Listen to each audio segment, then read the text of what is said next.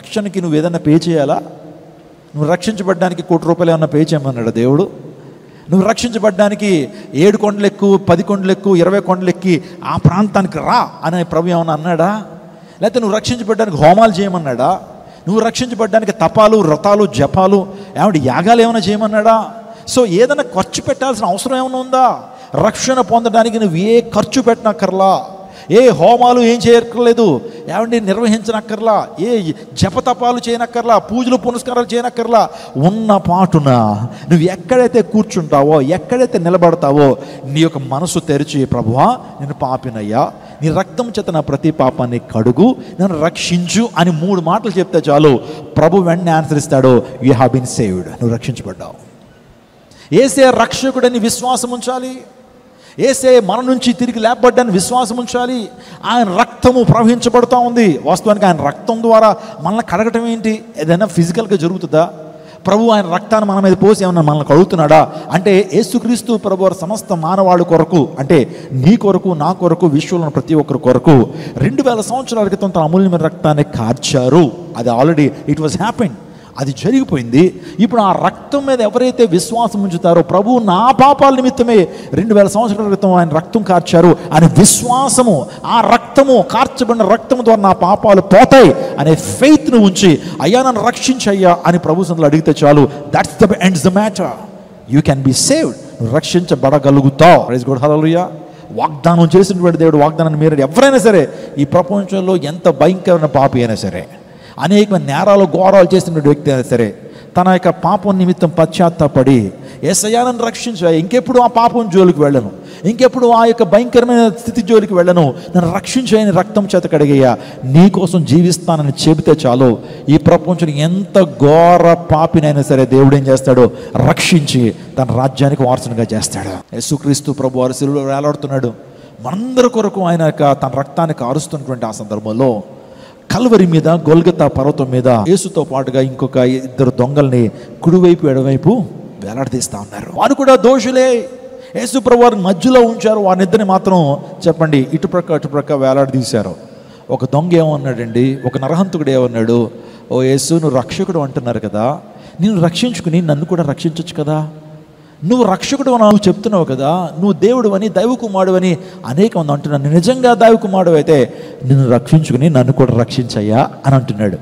వెంటనే మరొకవాడు అంటాడు, ఊరుకోరా, ఈ పాపాలు మనం చేస్తాం, వాస్తవానికి ఈ తప్పిదాలు చేయడం ద్వారా ఈ శిక్ష మనకేంటి, ఈ శిక్ష మనకు వర్తిస్తుంది, ఈ శిక్ష మనకేంటి, సమంజసమే, కానీ ఏ పాపం లేదురా, ఏ దోషం లేదురా, ఆయన పరమ పవిత్రుడు, ఆయన దైవ కుమారుడు, ఆయన మన పాపాల నిమిత్తమే రక్తం కారుస్తాడు, ఊరుకో అని చెప్పి తన ఫ్రెండ్ను వారిస్తూ ఒక మాట అన్నాడు, యేసు ఈ రాజ్యానికి వెళ్తున్నప్పుడు నన్ను జ్ఞాపకం చేసుకుంటావు, could you please remember me when you go to your Paradise. నువ్వు నీ రాజ్యానికి వెళ్తున్నప్పుడు could you please remember me when you go to your Kingdom. అంటే ఆ దొంగకు అర్థమైపోయింది యేసుకు ఒక కింగ్డమ్ ఉందని, యేసుకు ఒక రాజ్యం ఉందని ఆ దొంగకు అర్థమైంది. ప్రభా నీ రాజ్యంలో నన్ను జ్ఞాపకం చేసుకుంటావయ్యా, will you please remember me in your kingdom. నీ కింగ్డమ్లో నన్ను జ్ఞాపకం చేసుకుంటావా, నీ రాజ్యంలో నన్ను జ్ఞాపకం చేసుకుంటావా అని ఆ వ్యక్తి ఎప్పుడైతే అడగగానే ప్రభు వెంటనే కాసేపు ఏమన్నా సమయం ఏమైనా తీసుకున్నాడా, లేకపోతే నీ యొక్క ఆన్సరు ఒక అరగంట తర్వాత ఇస్తానని చెప్పాడు ఏమన్నా ప్రభు? వెంటనే అన్నాడు, వెంటనే answer could get the answer from Jesus, today you will be with me in paradise. ఈరోజే, ఇప్పుడే నువ్వు నాతో పరదేశంలో ఉందువు అన్నాడు. Praise God, hallelujah. Such a trustworthy God, such a great God we are serving. ఎంత మంచి దేవుడు అండి, ఎంత గొప్ప దేవుడు. ఆయన పిలిస్తే పలికేటువంటి దేవుడు. రక్షణ కొరకు ఎవరైనా సరే ప్రార్థన చేస్తే వెంటనే సమాధానం ఇస్తాడు. You can be saved in the blood of Jesus. నా ప్రియ దైవజనాగమా, ఈ యొక్క రాత్రికాల సమయంలో దేవుని యొక్క విశ్వసనీయత, దేవుని యొక్క గొప్పతనం గురించి మాట్లాడుతున్నా. He will keep his promises for ever. He will keep his promises for ever. For ever అంటే అర్థం ఏంటి చెప్పండి? ఆయన ఎన్ని యుగాలకైనా సరే ఫర్ ఎవర్, ఎల్లప్పుడూ ఆయన చెప్పిన వాగ్దానం చేసా, I will be with you for ever and ever more. I will be with you for ever and ever more. యుగ సమాప్తి వరకు నేను మీకు తోడుగా, యుగ సమాప్తి వరకు నేను మీకు తోడుగా ఉంటాను ప్రభు వాగ్దానం చేస్తున్నాను. నా ప్రియ జనాంగమా, పిలిచిన వాడు నమ్మదగినటువంటి వాడు. హల్లెలూయా చెప్పండి. మొదటిది ఏంటి? పిలిచిన వాడు నమ్మదగినటువంటి వాడు. రెండోదిగా ఆయన వాగ్దానం ఇచ్చిన వాడు నమ్మదగిన వాడు. స్తోత్రం చెప్తాను. వాగ్దానం చేసినటువంటి వాడు నమ్మదగినటువంటి వాడు. హల్లెలూయా. ఆయన ఏ విషయాల్లో నమ్మదగినటువంటి వాడు అంటే ఆయన వాగ్దాన విషయంలో నమ్మదగినటువంటి వాడు, ఆయన పిలుపు విషయంలో నమ్మదగినటువంటి వాడు. వాగ్దానాలు మనం పరిశుద్ధ గ్రంథంలో చూస్తే ఎన్ని వాగ్దానాలు ఉన్నాయి? పరిశుద్ధ గ్రంథ లేఖనాల్లో 1260 వాగ్దానాలు ఉన్నాయి. 1260 వాగ్దానాలు ఉన్నాయి. నిజంగా ఆయన వాగ్దానాలు చదవండి ఒకసారి. హెబ్రీయులకు రాసిన పత్రిక 10:23, హెబ్రీయులకు రాసిన పత్రిక 10:23 చదువుదాం. వాగ్దానం చేసిన వాడు నమ్మదగిన వాడు గనుక మన నిరీక్షణ విషయమై మనం ఒప్పుకున్నది నిశ్చలముగా పట్టుకుందాము. వాగ్దానం చేసిన వాడు నమ్మదగిన వాడు కాబట్టి నిరీక్షణ విషయంలో మనం ఒప్పుకున్నటువంటిది నిశ్చలముగా పట్టుకుందాం. Let's carry this thing. మన నిరీక్షణను, మన వాగ్దానాన్ని గట్టిగా పట్టుకుందాం అన్నాడు. వాగ్దానం చేశాడు. అబ్రహాముకి దేవుడు వాగ్దానం చేశాడు. ఆ వాగ్దానాన్ని ఏ కోసనన్నా మీరాడా? అబ్రహాముకి దేవుడు వాగ్దానం చేశాడు. వాగ్దానాన్ని మీరాడా? 75 సంవత్సరాలప్పుడు అబ్రహాముకి వాగ్దానం చేశాడు. So while he was at 75 years old, ఆ టైంలో అబ్రహాముకి దేవుడు వాగ్దానం చేసి నీ కుమారుని ఇస్తానయ్యా, నీ సంతానాన్ని ఆకాశం నక్షత్రాల వలన, నీ సంతానాన్ని సముద్ర ఇసుకరేణుల వలన చేస్తానన్నాడు. ఎప్పుడు అది? 75. ఇంకా 10 సంవత్సరాలు అయిపోయింది, 20 సంవత్సరాలు అయిపోతా ఉంది, కానీ ఇంకా వాగ్దానం నెరవేర్చబట్టలేదు. కానీ but God is so faithful for his promise. ఆయన వాగ్దానం విషయంలో దేవుడు చాలా నమ్మదగినటువంటి దేవుడు.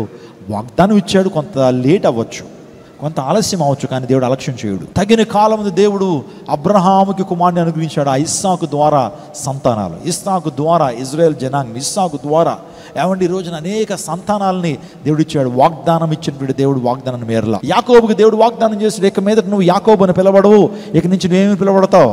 ఇజ్రాయేల్ అని పిలువబడతాడు. ఇజ్రాయెల్ దేశం ఉందా లేదా? ఈ రోజున ఇజ్రాయెల్ దేశం ఉందా లేదా? అది పవర్ఫుల్ నేషన్గా కనబడట్లేదా? ప్రపంచాన్ని ఒక రకంగా శాసిస్తున్న దేశం ఇజ్రాయెల్. దేవుడు ఇజ్రాయెల్ని ఎంతగానో దీవించాడు. ఇక నుంచి నువ్వు యాకోబు అని పిలువబడవు, ఇజ్రాయెల్ పిలువబడతా అన్నాడు. ఆ తర్వాత ఇస్సాకు ఇచ్చిన వాగ్దానం, అబ్రహాముకి ఇచ్చిన వాగ్దానం, సమూయేలుకి ఇచ్చిన వాగ్దానం, దావీదుకి ఇచ్చిన వాగ్దానం. దావీదు నీ సింహాసనం తరతరములు ఉంటుంది అన్నాడు. స్తోత్రం చెప్పండి హల్లెలూయా.